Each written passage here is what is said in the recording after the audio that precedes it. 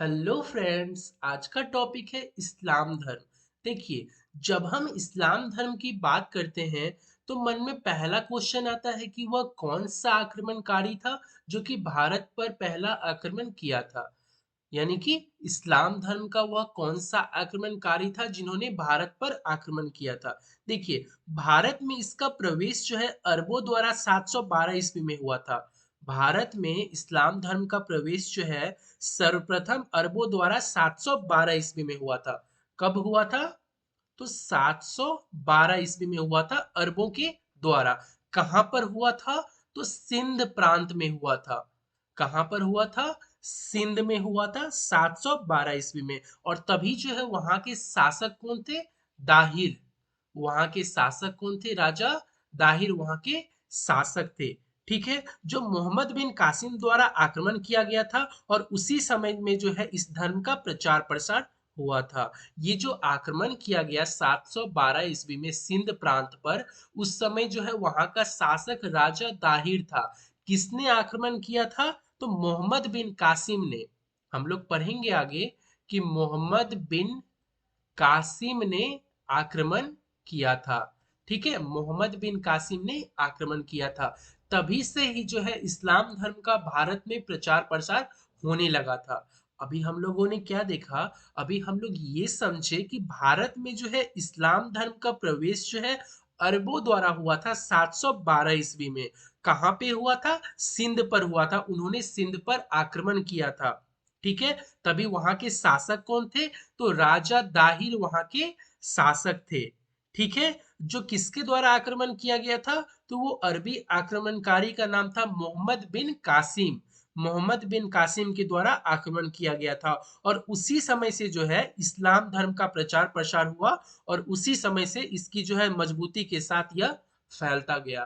ठीक है, अब हम लोग स्टार्ट करते हैं इस्लाम धर्म को। देखिए, इस्लाम इस्लाम का अर्थ क्या होता है? इस्लाम जो है अरबी भाषा का एक शब्द है जिसका शाब्दिक अर्थ हम लोग कह सकते हैं अल्लाह को समर्पण होना। इस्लाम का अर्थ क्या होता है? अल्लाह को समर्पण होना। ठीक है, इस्लाम जो है अरबी भाषा का एक शब्द है, इसका अर्थ है अल्लाह को समर्पण होना। ठीक है, अब आते हैं हम लोग अपने पॉइंट्स पे। पहला पॉइंट है, इस्लाम धर्म के संस्थापक कौन है? हजरत मोहम्मद साहब इसके संस्थापक थे। इस्लाम धर्म के संस्थापक कौन थे? हजरत मोहम्मद साहब इसके संस्थापक थे। हजरत मोहम्मद साहब का जन्म जो है 570 ईस्वी में मक्का में प्रमुख कुरैश कबीले में हुआ था। हजरत मोहम्मद साहब का जन्म कब हुआ था? 570 ईस्वी में। हजरत मोहम्मद साहब कौन थे? तो ये इस्लाम धर्म के संस्थापक थे। कहाँ पर इसका जन्म हुआ था? मक्का में हुआ था इसका जन्म। इसके पिता का नाम अब्दुल्ला और इसकी माता का नाम अमीना थी। हजरत मोहम्मद साहब के पिता का नाम अब्दुल्ला और इसकी माता का नाम अमीना थी। ठीक है, और उनकी जो लालन पालन है उनके चाचा जो कि अबू तालिब थे, इनके द्वारा किया गया था। देखिए, हजरत मोहम्मद साहब जो है इस्लाम धर्म के संस्थापक थे और इसका जन्म 570 ईस्वी में मक्का में हुआ था। इनके पिता की बात की जाए तो इनके पिता का नाम अब्दुल्ला और इनकी माता का नाम अमीना थी। लेकिन इसका पालन पोषण किसके द्वारा किया गया था? तो हजरत मोहम्मद साहब के चाचा के द्वारा, जिनका नाम अबू तालिब था। ठीक है, अबू तालिब के द्वारा हजरत मोहम्मद साहब का जो है लालन पालन हुआ था। हजरत मोहम्मद साहब को 610 ईस्वी में मक्का के पास हीरा नामक गुफा में ज्ञान की प्राप्ति हुई। हजरत मोहम्मद साहब को ज्ञान की प्राप्ति कब हुई? 610 ईस्वी में हुई। कहाँ पर हुई? तो मक्का के पास हीरा नामक गुफा था, वहीं पे इन्हें ज्ञान की प्राप्ति हुई। ठीक है, मक्का में ही इनका जन्म हुआ और 610 ईस्वी में मक्का के पास एक हीरा नाम का गुफा है, वहीं पे इन्हें ज्ञान की प्राप्ति हुई थी। इनका जन्म कब हुआ था? 570 में हुआ था। इनका पिता का नाम अब्दुल्ला और इनकी माता का नाम अमीना। लेकिन हजरत मोहम्मद साहब के लालन पालन किनके द्वारा किया गया था? इनके चाचा अबू तालिब के द्वारा किया गया था।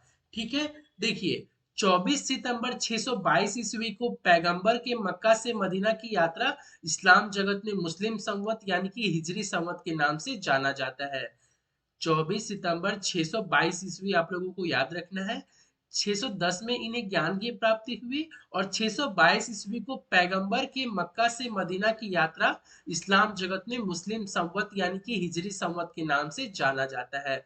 वो जब मक्का से मदीना गए थे तो उसी यात्रा को जो है इस्लाम जगत में मुस्लिम संवत यानी कि हिजरी संवत के नाम से जाना जाता है।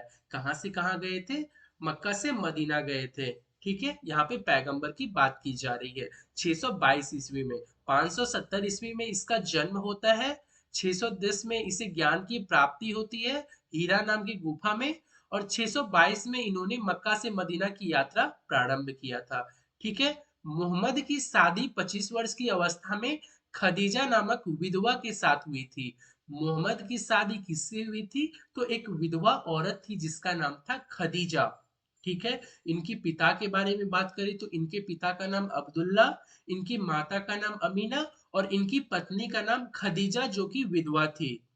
ठीक है, इनकी शादी कब की गई? 25 वर्ष की अवस्था में खदीजा से की गई। ठीक है, नेक्स्ट पॉइंट देखते हैं। मुहम्मद की पुत्री का नाम फतीवा एवं दामाद का नाम अली है। मुहम्मद की पुत्री का नाम फातिमा है एवं दामाद का नाम अली है। देखिए, इनका पिता का नाम अब्दुल्ला है, इनकी माता का नाम अमीना है और इनका जो लालन पालन है उसके चाचा यानी कि अबू तालिब के द्वारा किया गया। ठीक है, इनकी पत्नी का नाम खदीजा है जो कि एक विधवा औरत थी। उन्हीं के साथ इसकी शादी हुई थी 25 वर्ष की अवस्था में। उसकी पुत्री की बात करें तो फातिमा उसकी पुत्री थी और उसके एक दामाद थे जिसका नाम था अली। उसका यहाँ पे जिक्र मिलता है। मोहम्मद के दामाद का नाम कौन था? अली था और इसकी पुत्री का नाम फातिमा। ठीक है, अब हम लोग आगे देखते हैं। देखिए, नेक्स्ट पॉइंट है देवदूत जिसका नाम कि गैब्रियल था। जिसका नाम क्या था? गैब्रियल इसका नाम था। इन्होंने पैगंबर मोहम्मद साहब को कुरान अरबी भाषा में संप्रेषित की। तो किन्होंने मोहम्मद साहब को कुरान अरबी भाषा में संप्रेषित की? वो कौन थे? जिब्रियल थे यानी कि गैब्रियल इसे इंग्लिश में कहा जाता है। उसके एक देवदूत थे जिसका नाम था गैब्रियल। उन्होंने पैगंबर मोहम्मद साहब को कुरान जो है अरबी भाषा में संप्रेषित करके दिया था। ठीक है, कुरान इस्लाम धर्म का पवित्र ग्रंथ है। आप सभी को पता होगा जो इस्लाम धर्म का पवित्र ग्रंथ है वो कौन सी है? तो कुरान है। यह पवित्र ग्रंथ 114 अध्यायों में बटी हुई है। इसमें 6360 पद है यानी कि पद्यांश है। तो गेब्रियल नाम का एक देवदूत था जो कि पैगंबर मोहम्मद साहब को कुरान अरबी भाषा में संप्रेषित करके दिया था। और कुरान जो है इस्लाम धर्म का पवित्र ग्रंथ है। इसमें 114 अध्याय है और 6360 यानी कि 63-60 पद्यांश है। ठीक है, पैगंबर मोहम्मद साहब ने कुरान की शिक्षाओं का उपदेश दिया। पैगंबर मोहम्मद साहब ने कुरान की शिक्षाओं का उपदेश दिया है। हजरत मोहम्मद साहब की मृत्यु 8 जून 632 ईस्वी को हुई। इन्हें मदीना में दफनाया गया। देखिए, इनका जन्म होता है मक्का में और इसे दफनाया कब गया? तो 632 ईस्वी को दफनाया गया मदीना में। ठीक है, मोहम्मद साहब की मृत्यु के बाद इस्लाम सुन्नी तथा सिया नामक दो पंथों में विभाजित हो जाता है। जैसे कि हम लोग जैन धर्म में पढ़े थे श्वेतांबर दिगंबर, ठीक उसी तरह जो है मोहम्मद साहब की मृत्यु के बाद जो है इस्लाम सुन्नी तथा सिया नामक दो पंथों में विभाजित हो जाता है। वो कौन कौन से दो पंथ है? तो सुन्नी और सिया। ठीक है, सुन्नी उन्हें कहते हैं जो सुन्ना में विश्वास करते हैं। सुन्ना पैगंबर मोहम्मद साहब के कथनों तथा कार्यों का विवरण है। सुन्नी किसे कहते हैं? जो कि सुन्ना में विश्वास करते हैं। सुन्ना में विश्वास करने वाले को सुन्नी कहा जाता है। और सुन्ना जो है पैगंबर मोहम्मद साहब के कथनों तथा कार्यों का विवरण है। सुन्ना जो है पैगंबर मोहम्मद साहब के कथन और उसके विवरण है। उसी पे जो विश्वास करते हैं उसे सुन्नी कहा जाता है। ठीक है, अगर हम लोग सिया की बात करें तो सिया जो है अली की शिक्षाओं में विश्वास करते हैं तथा उन्हें मोहम्मद साहब का न्याय सम्मत उत्तराधिकारी मानते हैं। सिया किस पे विश्वास करते हैं? अली की शिक्षाओं में विश्वास करते हैं। सुन्नी जो है जो सुन्ना पे विश्वास करते हैं उसे कहा जाता है। और सुन्ना क्या है? पैगंबर मोहम्मद साहब के द्वारा दी गई कथन तथा उसके कार्यों का विवरण है। और सिया किस पे विश्वास करते हैं? अली की शिक्षाओं में विश्वास करते हैं तथा उन्हें मोहम्मद साहब का न्याय सम्मत उत्तराधिकारी मानते हैं। अली जो है मोहम्मद साहब के दामाद थे। हम लोगों ने पढ़ा था जो अली जो है कि अली जो है मोहम्मद साहब के दामाद थे। ठीक है, देखिए अली की 661 ईस्वी में हत्या कर दी गई। अली के पुत्र हुसैन की हत्या 680 ईस्वी में करबला यानी कि इराक नामक स्थान पर कर दी गई। अली कौन था? अली मोहम्मद पैगंबर का एक दामाद था। उसकी मृत्यु कब की गई? तो इसकी हत्या जो है 661 ईस्वी में की गई और इसके पुत्र जो है हुसैन, इसकी हत्या 680 ईस्वी में करबला यानी कि ईरान नामक स्थान पर कर दी गई। इन दोनों हत्याओं ने सिया को निश्चित मत का रूप दे दिया और यही दो हत्या जो है सिया के निश्चित मत का रूप दे दिया। ठीक है। पैगंबर मोहम्मद साहब के उत्तराधिकारी खलीफा कहलाए। जो पैगंबर मोहम्मद साहब के उत्तराधिकारी होते हैं उसे खलीफा कहलाए जाने लगा। पैगंबर मोहम्मद साहब के उत्तराधिकारी को खलीफा कहलाए जाने लगा। ठीक है। इस्लाम जगत में खलीफा पद 1924 ईस्वी तक रहा। 1924 ईस्वी में इसे तुर्की के शासक मुस्तफा कमाल पाशा ने समाप्त कर दिया। अगर आपसे क्वेश्चन पूछा जाता है कि इस्लाम जगत में खलीफा पद कब तक रहा, तो 1924 ईस्वी में रहा। खलीफा किसे कहा जाता था? तो खलीफा जो है मोहम्मद पैगंबर के उत्तराधिकारी को कहा जाता था। ठीक है। नेक्स्ट क्वेश्चन बनता है कि खलीफा पद को किसने समाप्त किया?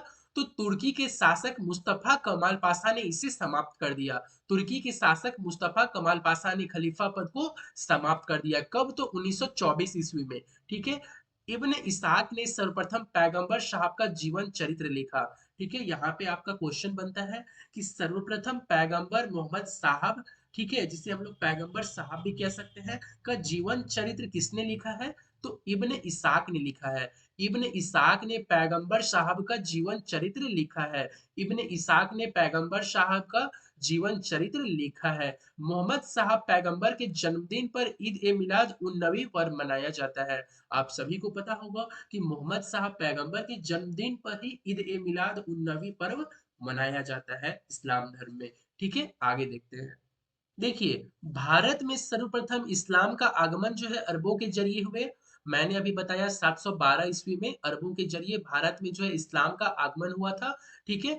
इसमें अरबों ने सिंध जीत लिया और सबसे पहले भारत के इसी भाग में इस्लाम का एक महत्वपूर्ण धर्म बना। जैसे कि मैं पहले ही बता चुका हूँ कि 712 ईस्वी में अरब में मोहम्मद बिन कासिम ने अरबी आक्रमणकारी के रूप में भारत पर आक्रमण किया था। ठीक है। कहाँ पे किया था? तो सिंध में किया था। तभी वहां के शासक कौन थे? तो राजा दाहिर थे।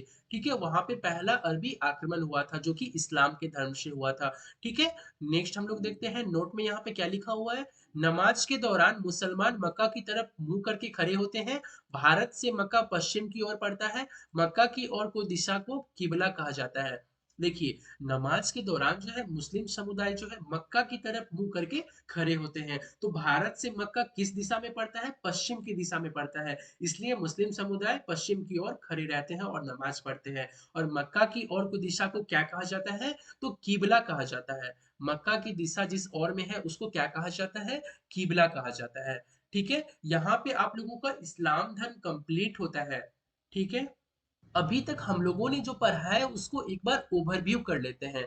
ठीक है। तो सबसे पहले हम लोगों ने जाना कि मोहम्मद पैगंबर साहब का जन्म जो है कब होता है? 570 ईस्वी में मक्का में होता है। ठीक है। 610 ईस्वी में मक्का में ही हीरा नाम के गुफा में इसे ज्ञान की प्राप्ति होती है। और इसका मृत्यु जो है कब होता है? 632 ईस्वी में इसका मृत्यु हो जाता है। इसका मृत्यु कब होता है? 632 ईस्वी में। हिजरी संवत यानी कि मुस्लिम संवत के नाम से जाना जाता है। वो कब मतलब प्रारंभ किया गया था उसका? तो 622 ईस्वी में। हिजरी संवत का प्रारंभ किया गया था 622 ईस्वी में। और इसके जो है दामाद यानी कि अली की हत्या कब हुई थी? तो 661 में अली की हत्या हुई थी। ठीक है। और अली के बेटे जो थे हुसैन, उसकी हत्या 680 के ईस्वी में हुई थी। 680 ईस्वी में अली के बेटे, क्या नाम था उसका? हुसैन, उसकी हत्या हुई थी। ठीक है। 712 ईस्वी में पहला अरबी आक्रमणकारी जो कि मोहम्मद बिन कासिम था, इस्लाम धर्म के तौर पे जो है वो वहां पे आक्रमण किए थे सिंध प्रांत पे। ठीक है। तो ये सारे पॉइंट को आज हम लोगों ने कवर कर लिया है। तो इस्लाम धर्म यहाँ पे आप लोगों का कंप्लीट होता है। नेक्स्ट सेशन में मैं इससे जुड़े इंपॉर्टेंट क्वेश्चंस को लाऊंगा जो कि आपके एग्जाम में बार बार पूछे जाते हैं। तो आज यहीं तक। धन्यवाद।